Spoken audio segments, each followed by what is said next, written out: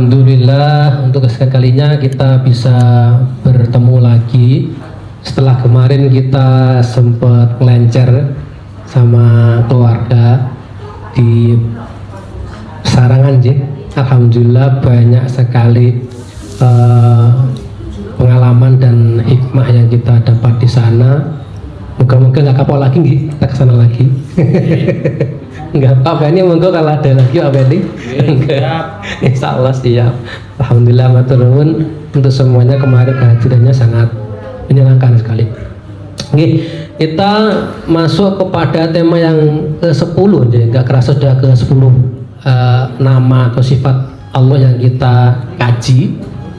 Kita sekarang masuk ke dalam sifat Allah yang Al-Mutakabbir, yaitu Allah Sang Maha Besar. Al-Mutakabbir ini kalau kita lihat dari wazan atau dari dasar kata bahasa Arabnya itu sebelum Al-Mutakabbir itu berwazan mutafa'il. Mutafa'il itu adalah orangnya.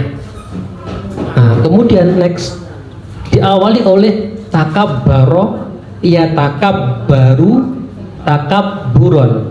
Nah, takabbur ini diserap oleh bahasa Indonesia yang artinya angku, sombong. Jadi ini sama artinya takabbur. Takabbur yang dari sisi ini memang berarti sombong atau angkuh. Di sini saya teringat dengan ceritanya Fir'aun. Yang mungkin sudah pernah atau sudah tahu ceritanya. Fir'aun itu terkenal dengan keangkuhan dan kesombongannya. Kira-kira kenapa dia angkuh atau sombong, Pak Benny? Ada yang tahu jawabannya kenapa Fir'aun sombong atau angkuh? Dan merasa jadi penguasa segalanya. Betul. Ada lagi yang lain yang bisa menambahkan? Fir'aun kenapa kok bisa sombong dan angkuh? Ternyata apa? Ternyata Fir'aun itu setelah saya lihat di literasi, dia itu diberikan Allah istidraj. Bentuknya apa? Istidraj dalam bentuk ulul afiyah. Berarti dia itu dikasih Allah, dilulu sama Allah dengan sehatnya selama dia hidup. Jadi Fir'aun itu berumur 400-an tahun dan dia tidak pernah sakit satu kali pun. Bahkan flu, pilek nggak pernah. Nah, oleh karenanya dia merasa sombong. Aku nggak pernah sakit, aku sehat terus. Aku bisa kemana-mana, bisa kemana-mana, nggak sakit dan sebagainya. Artinya itu yang membuat dia merasa sombong. Karena ada yang kesombongan selain itu, ada yang kesombongannya karena banyak uang, ada kesombongannya banyak harta. Tapi untuk yang Fir'aun itu selain dia juga kaya karena dia raja, dan yang paling penting di sini disebutkan ulul afiyah. Jadi selama hidupnya dia tidak pernah sakit. Makanya dia tuh dicap dilulu sama Allah, dikasih anugerah sementara. Nah, dia berumur 440 tahunan itulah seperti itu. Nah, itu saking panjangnya dia umur dan tidak pernah sakit, maka dia itu sombong. Nah, di dalam hadis qudsi, kalau penjelasan tentang mutakabbir ini ada potongan hadis qudsi di dalam riwayatnya Imam Muslim, disebutkan bahwa keangkuhan adalah selendangku, aku Allah ini. Jadi ini adalah hadis qudsi yang ketika dibedakan dengan hadis yang biasa kita temukan, yaitu hadis qudsi ini adalah hadis yang langsung dari Allah redaksinya. Berarti Allah memberikan ilham pada Nabi lewat Jibril dan kata-katanya tidak dirubah. Berarti langsung dari Allah kemudian lewat Jibril masuk ke dalam Nabi, diucapkan oleh Nabi. Tapi kalau hadis yang biasa itu dari pemikiran Nabi dengan ilham dari Jibril. Berarti lewat perkataannya Nabi.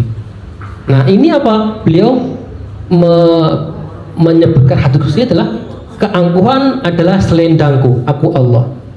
Dan ketika dia merebut itu dari aku, maka akan kusiksa. Jadi artinya apa?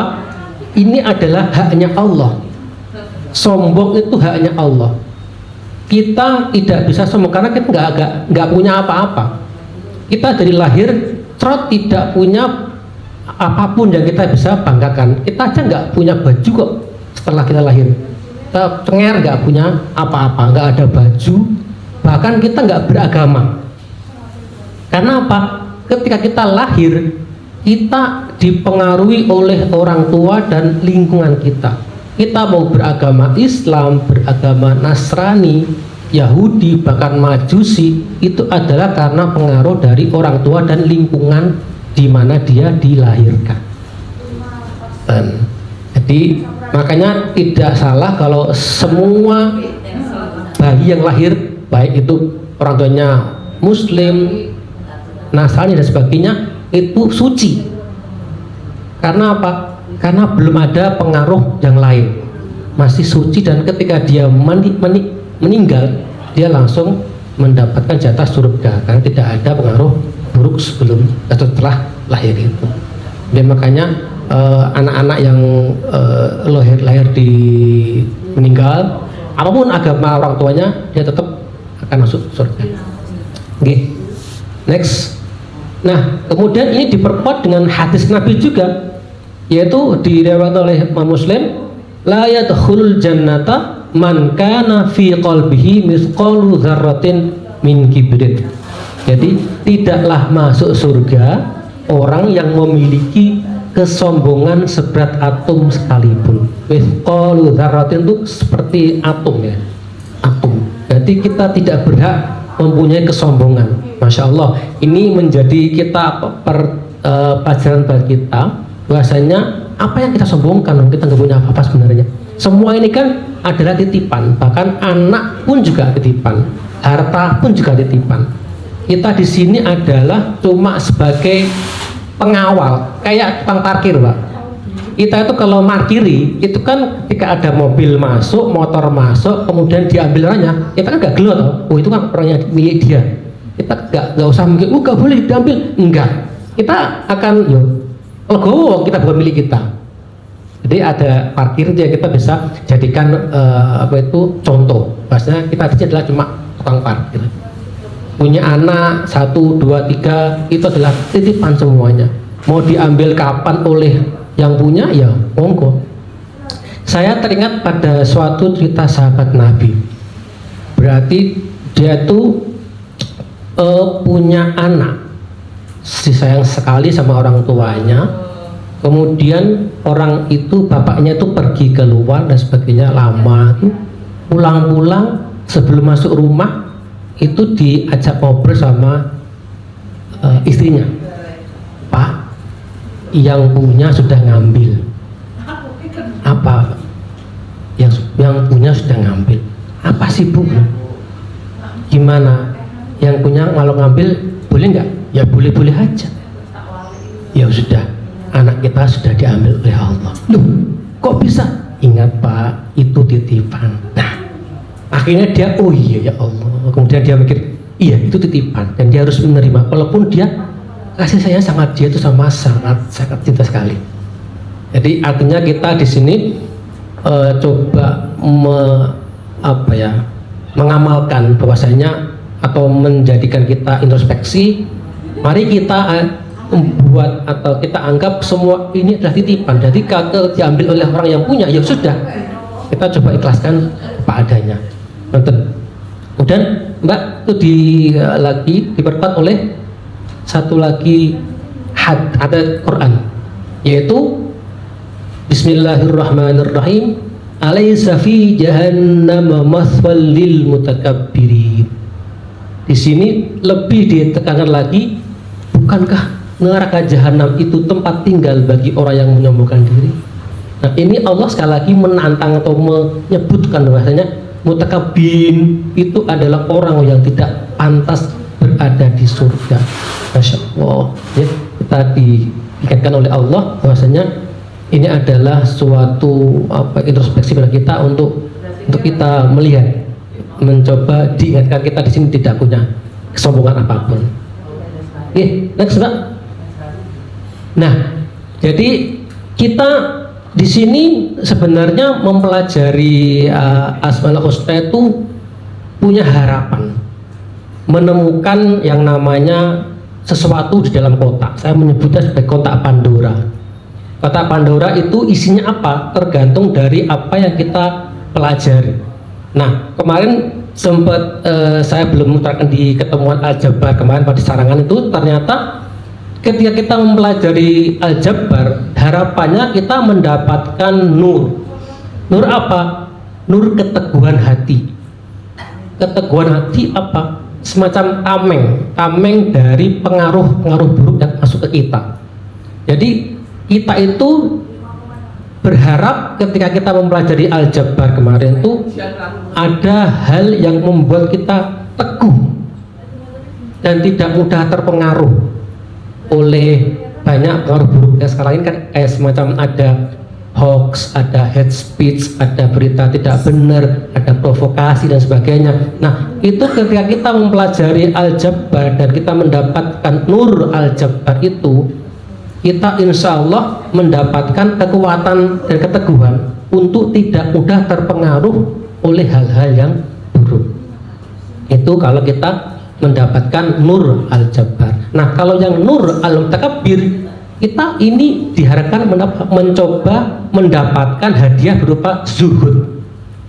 Jadi ketika kita menelaah mutakabbir, kita berharap menemukan zuhud. Dan zuhud ini tidak berarti bahwasanya harus semedi di goa, menyepi dan sebagainya sampai berlama-lama dan bertahun-tahun dan akhirnya juga sampai maut memanggilnya. Tidak. Zuhud ini juga tidak berarti kita membuang semua harta kita menjadi miskin seperti kemarin yang diceritakan di Sarangan bahwasanya Abdurrahman bin Auf itu saking pengen miskin sampai dia membeli korban busuk dan sebagainya. Itu artinya nggak seperti itu. Jadi di sini arti zuhud adalah meninggalkan kecondongan pada dunia. Nah, ada beberapa tanda. Pertama, dia tidak kikir, dia tidak awal kalau mengeluarkan uang atau harta pada kebaikan. Yang pertama. Yang kedua, dia tidak terlalu ngoyo, tidak terlalu bersemangat sekali sampai dia meninggalkan ibadahnya. Nah, itu dua hal itu. Ketika kita sudah melakukan dua hal itu, insya Allah kita sudah menjadi peringkat zuhud. Jadi di situ kita mendapat predikat sebagai orang yang zuhud. Ya, semoga kita belajar di sini mendapatkan banyak manfaat, keberkahan. Semoga juga ditambah juga ada tentang kesehatan, psikologi dan sebagainya. Semoga semakin menambah kita untuk semangat dan menghadapi hari nanti.